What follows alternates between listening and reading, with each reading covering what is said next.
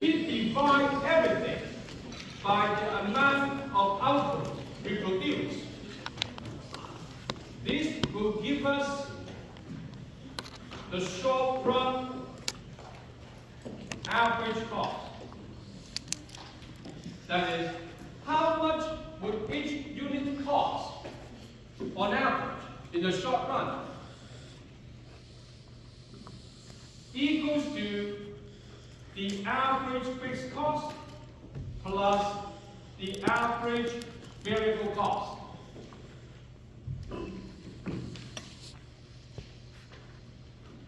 This one we have figured out. Before the break, we figure out what the short run average variable cost and the short run marginal cost curve will look like. So in other words, if we can figure out the average fixed cost in the short run, we can also figure out the short run average cost. So our next task is to figure out the average fixed cost. That is easy. So average fixed cost equals to fixed cost divided by output. And if you plot this in a graph, output and the cost, as output increases, the denominator getting larger. But the fixed cost does not change with output, and therefore the numerator remains the same. Denominator getting larger, numerator remains the same. The ratio will always drop as output increases. In other words, the average fixed cost is always decreasing. Now, to look at this with a numerical example, if fixed cost equals to 100 and output 1, 2, 3, 4, the average fixed cost 100, 50, 33.3, 25. So from this numerical example, what do we see? From 1 unit to 2 units, average fixed cost drops by 50. From the second unit to the third unit, average fixed cost drops only 16.7. And from the third unit to the fourth unit, average fixed cost dropping only 8.3. So average fixed cost always falls, but at a decreasing rate. It drops, but each additional unit, it drops less. And that's why it is falling. But each additional unit, it drops less. That's why it is getting flatter and flatter as output increases. And now, one common mistake I see a lot in the exam is that students draw the average fixed cost like this.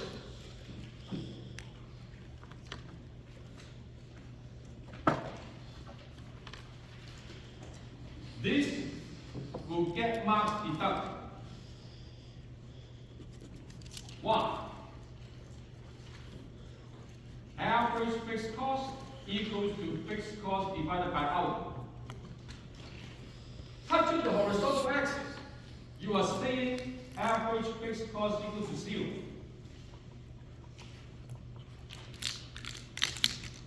Why that is wrong?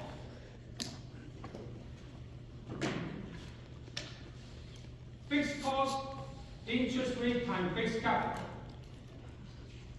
That is a positive number.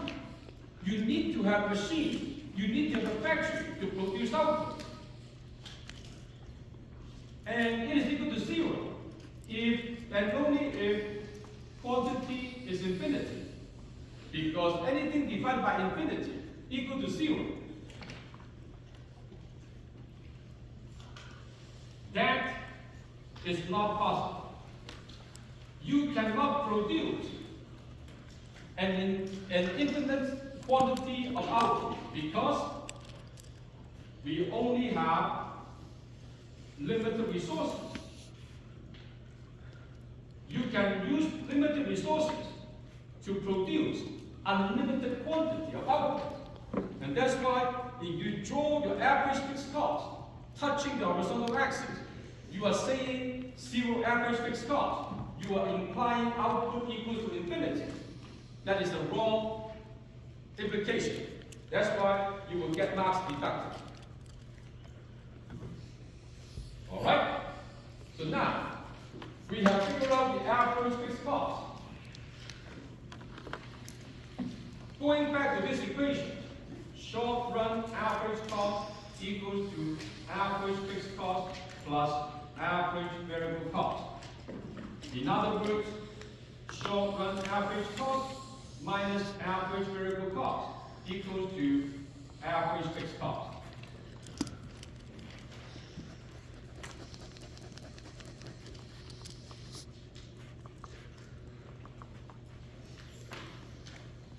What does it mean? It means at any output level, average fixed cost is actually the vertical distance between the average variable cost and the short run average cost.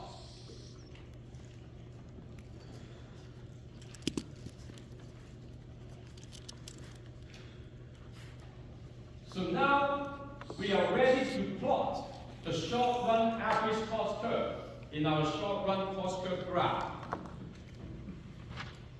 So before the break, we figured this out.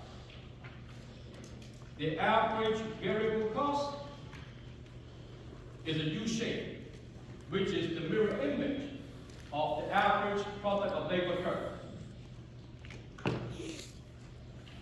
And we know as output goes up, average fixed cost comes down. In other words, the vertical distance between the short run average cost and the average variable cost will be reduced as output goes up. And this is why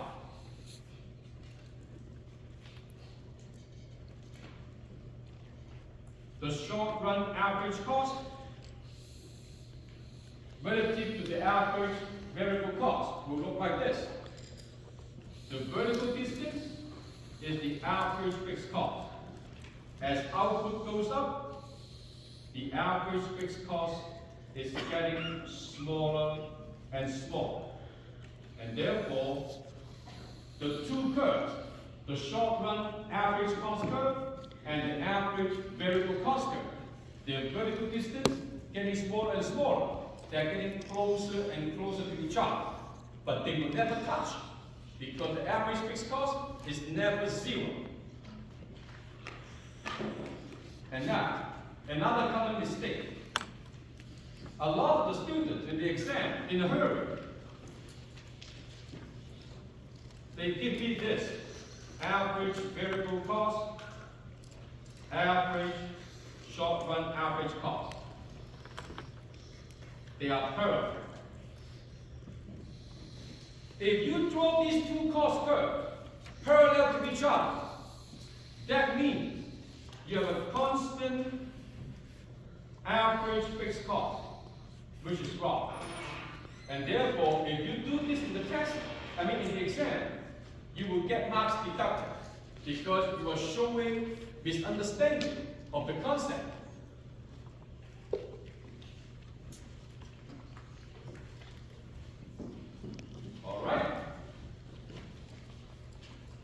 So now, we have everything ready.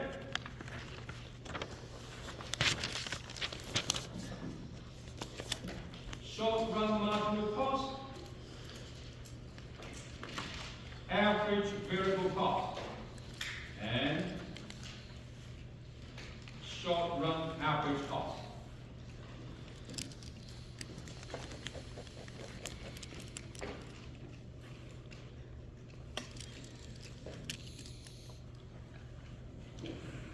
So these are the cost curve in the short run that we need to learn about. And before we finish the short run topic on cost curve, the last question we need to ask is that all along we assume interest rate, wages given.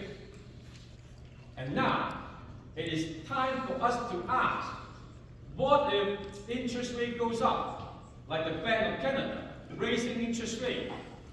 What if the government raising the minimum wage so that all the wages would also go up?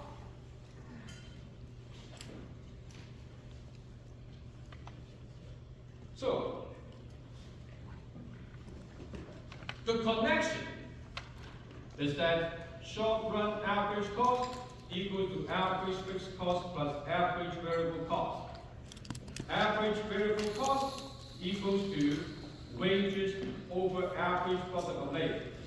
Short run marginal cost equals to wages over marginal product of labor.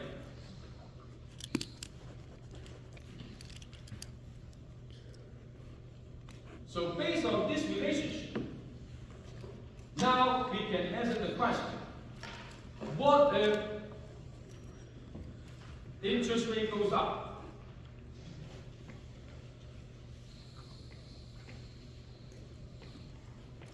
So, increase in interest rate, it will affect the fixed cost, because fixed cost equals to interest rate times the fixed capital. Therefore, fixed cost will go up.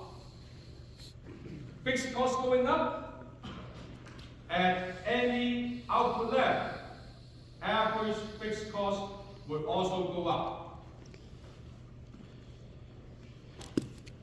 Average fixed cost going up, short run average cost will go up. So in other words, when the interest rate goes up, it only shifts the short run average cost curve up because of rising fixed cost, rising average fixed cost. So when the Bank of Canada is increasing interest rate in the economy, it costs more to borrow money. It will only affect the fixed cost, average fixed cost, and in the end, the short run average cost. It will only shift one curve. What about the wage?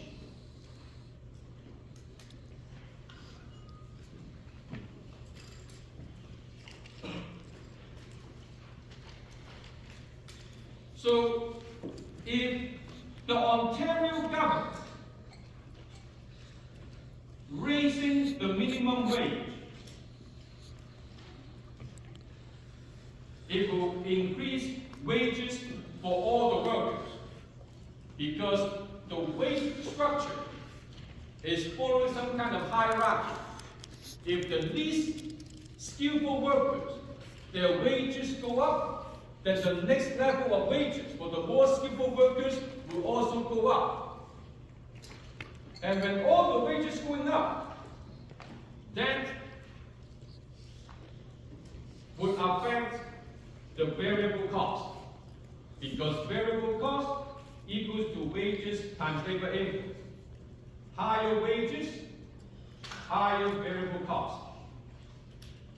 Higher variable cost at any output level, it will increase the average variable cost.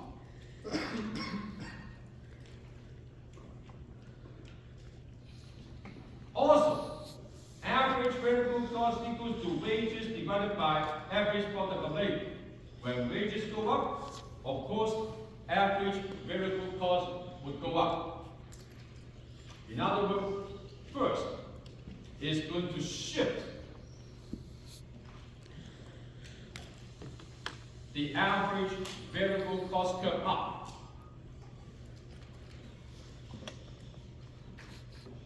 And then,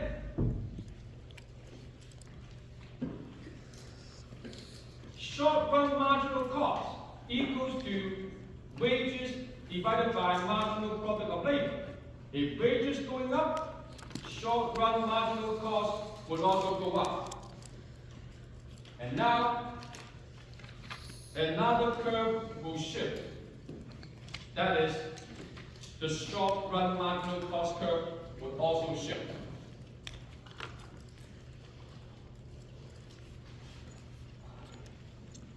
Since we shift the average variable cost curve up, it will also shift the short-run average cost curve up, because short-run average cost depends on average variable cost.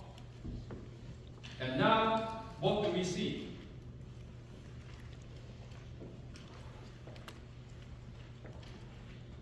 It is shifting every single curve in our short-run graph when the government raising the minimum wage. And now, this you understand, when the central bank raising interest rate, you wouldn't see a lot of businesses coming out to complain. But when the Ontario government raising minimum wage, a lot of businesses will come out and complain. It's like, why? Because raising interest rate, only one cost curve will shift, more manageable. But raising the minimum wage, all the cost curves in the short run will shift. It's a major chaos. And that's why businesses, they hate to see minimum wage going up, because to them, it's more chaotic.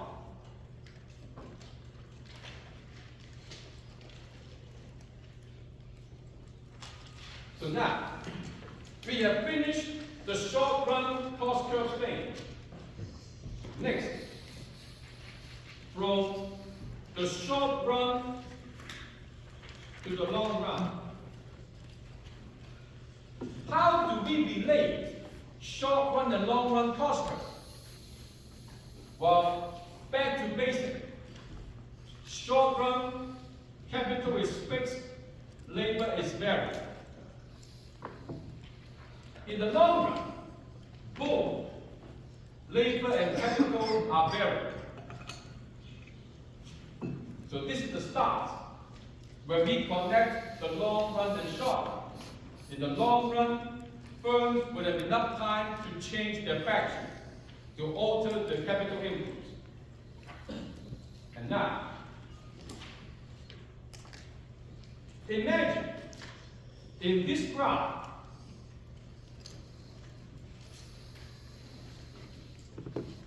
if this is the short-run average cost curve based on this much capital inputs K1,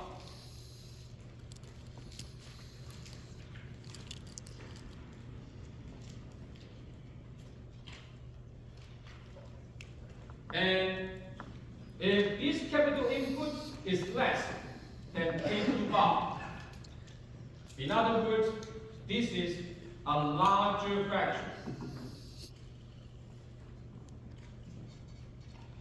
So where will the short-run average cost curve for a larger factory locate relative to this factory? Larger factory, the short-run average cost would have a lower cost per unit and a larger quantity. Why? Larger factory, more machines. More machines, you'll be able to produce more at a lower cost, because machines are more reliable. Machines are not asking for overtime wage. So the more machines you use, when you expand output, the lower cost you pay per unit. So in other words, when you get bigger factory, the short run average cost curve will be moving to the right and moving to a lower point. And now, in the long run, you have time to choose which factory you want to build. Because in the long run, you have time to choose how much capital input you want to use. So suppose you are choosing between K1 bar and K2 bar, two different factory sites. You are now planning to build a new factory. Which one would you build? The answer is, I cannot tell unless I know how much output I want to produce in the long run. In other words, if you expect to produce this much output in the long run, Q1, then to produce this output, this is the factory that will give you the lowest cost per unit. And therefore, you will choose this factory. If you want to produce this much output, Q2, and at this output level, this factory will give you lower cost per unit, and you could choose a larger factory if you want to produce this output Q2. Now, this example is very limited because you are only choosing two possible factory sizes. So imagine you are Elon Musk. Now you have 4 gigafactories, and you're thinking about the 5th gigafactory. You have infinite possibilities of how big the next gigafactory will be. Capacity, 2 million units per year, 2.5 million units per year, any number is possible. And therefore, if the firm has enough time to choose any factory it wants, it can consider a whole wide range of factory sizes, like this. This is possible, this is possible, this is possible, this is also possible. You can consider these many different factory sizes.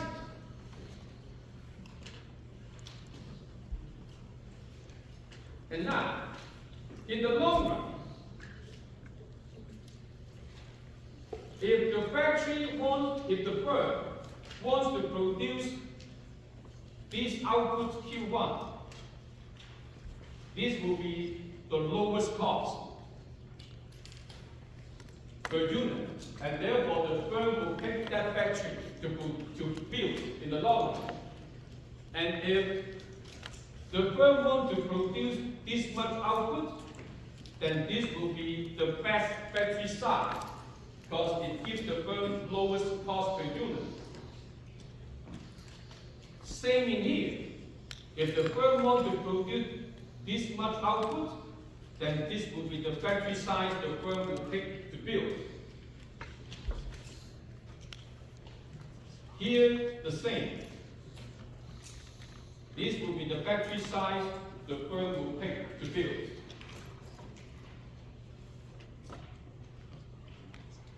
So, in other words, if the firm can choose to produce any output it wants along this horizontal axis, the firm would always choose the factory that will give the lowest cost per unit.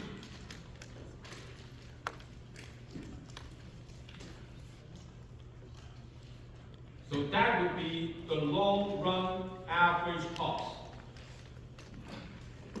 So now we connect the short run and long run average cost. The long run average cost is simply the lowest envelope of all possible short run average cost curves at various level of output.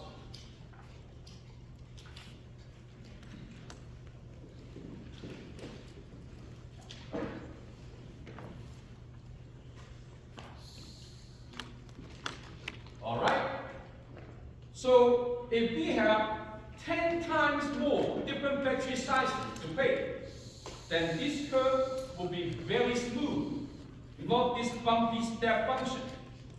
So now the long run average cost will look like this, which is based on numerous possible factory sizes the firm can pay. The lowest envelope will become a smooth line, not this bumpy step function. And now, when we look at the long run average cost, it brings the new concept, what we call economies of scale. Scale refers to operation scale. That is labor and capital.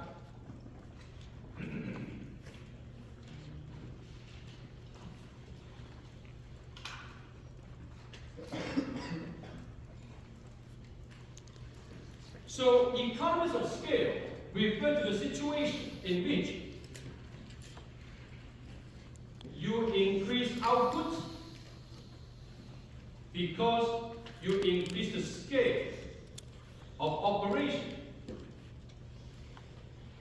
i.e., larger factory, more workers,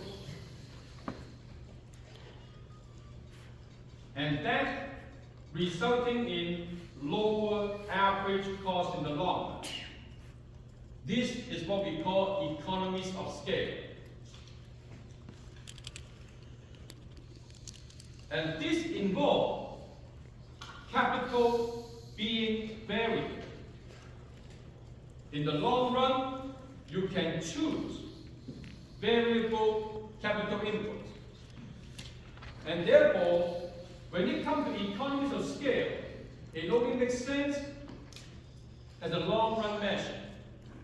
In the short run, we don't talk about economies of scale, because in the short run, capital is fixed. If you cannot change capital, your factory size is fixed, your scale of operation is fixed, then you cannot change it. We do not talk about economies of scale in the short run. So, in other words, this part of the long-run average cost curve, increased output, falling long-run average cost, is where we say we have economies of scale.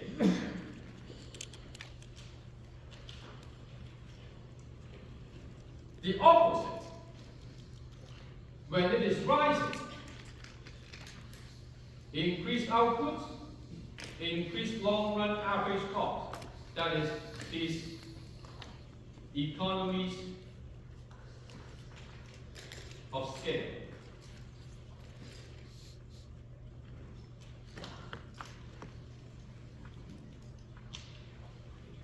Why? Why do we have economies of scale? One explanation is that when you increase the scale of operation, you get significant discount on inputs. That helps you lower the cost per unit.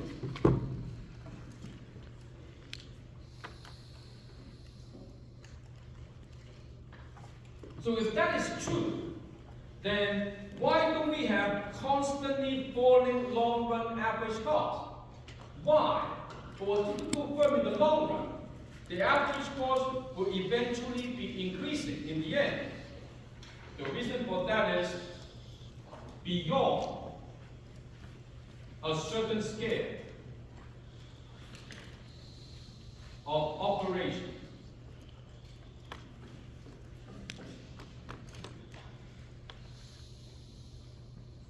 inefficient, dominant. Because the firm is too big. When the firm becomes too big, things cannot be done quickly, and the firm will become less efficient. Now, my favorite example to explain this concept is that if you are working in a variety store, one day the power bar connected to the fridge is burned, is broken down. You need to get a new power bar, otherwise everything in the fridge will get melted and rot. So what do? You go to talk to the owner, usually behind the cash register. This guy will give you 20 bucks. You run across the street, go to Home Depot, Canadian Tire, or Walmart, get a new power bar, 20 minutes, the problem is fixed. Easy, efficient.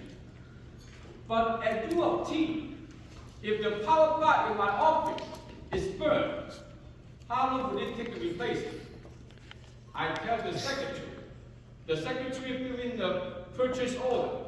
The purchase order sent to downtown central purchasing department, and then they send it to Staples. Staples next day deliver that to here.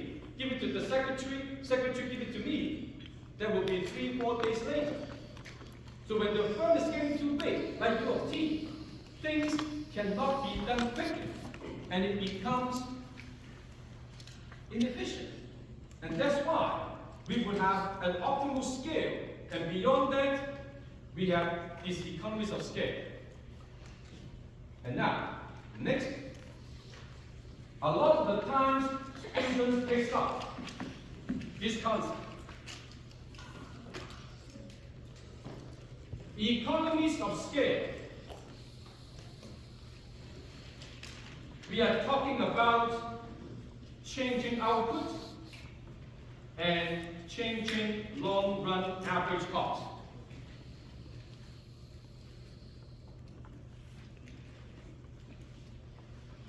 Return to scale.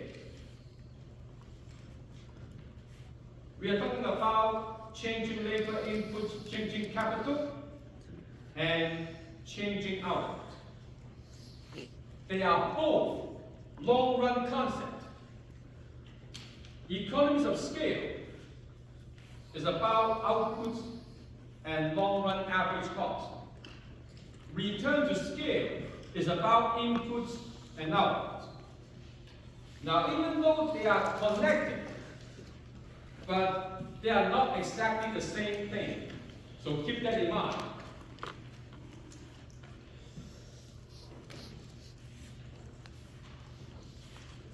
And now, how can we make use of the long-run average cost curve to help us explain the industry structure?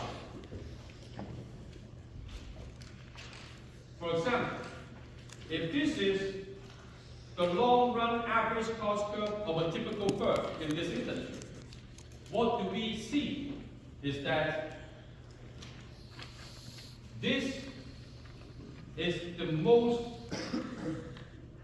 efficient scale,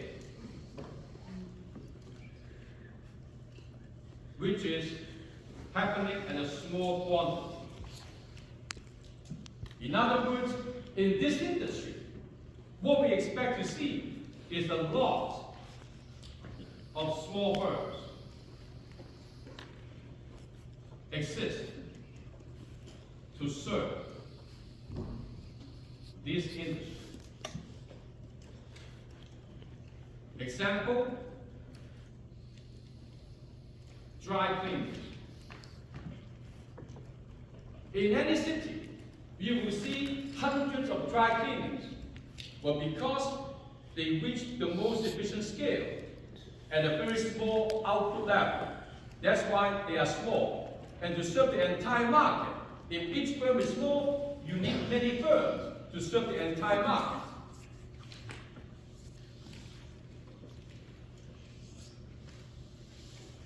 Then, the opposite.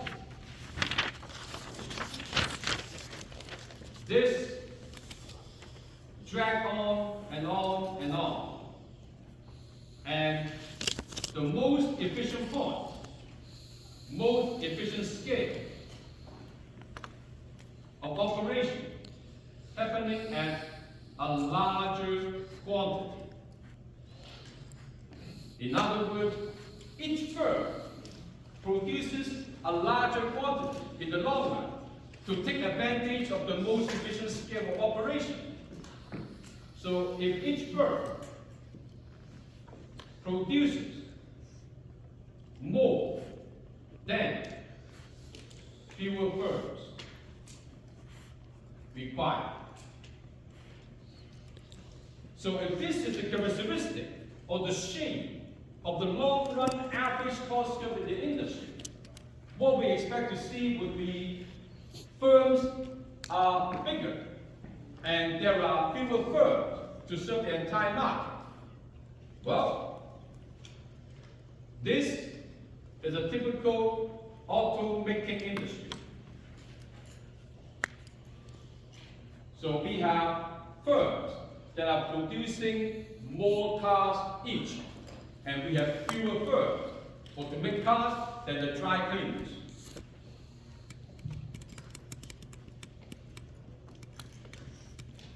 And now, another unusual shape of the long-run average cost curve, like this, reaching the minimum and then stay minimum for a long, long way to the right.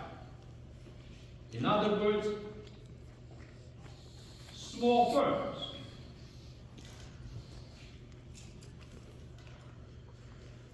larger firms, they are equally efficient, and therefore they coexist. When they are equally efficient, same minimum average cost in the long run. If they are equally efficient, none of them can drive the other out of business, and they must coexist. Example, furniture. In the furniture business, you have big ones like Brick, Leon, and IKEA. But you also have small furniture store along Queen Street in downtown. So this is how we can make use of the shape and location of the long-run average cost curve to explain the industry structure. All right? So now we have learned everything about the cost curve. Next week, we will talk about different industry structures.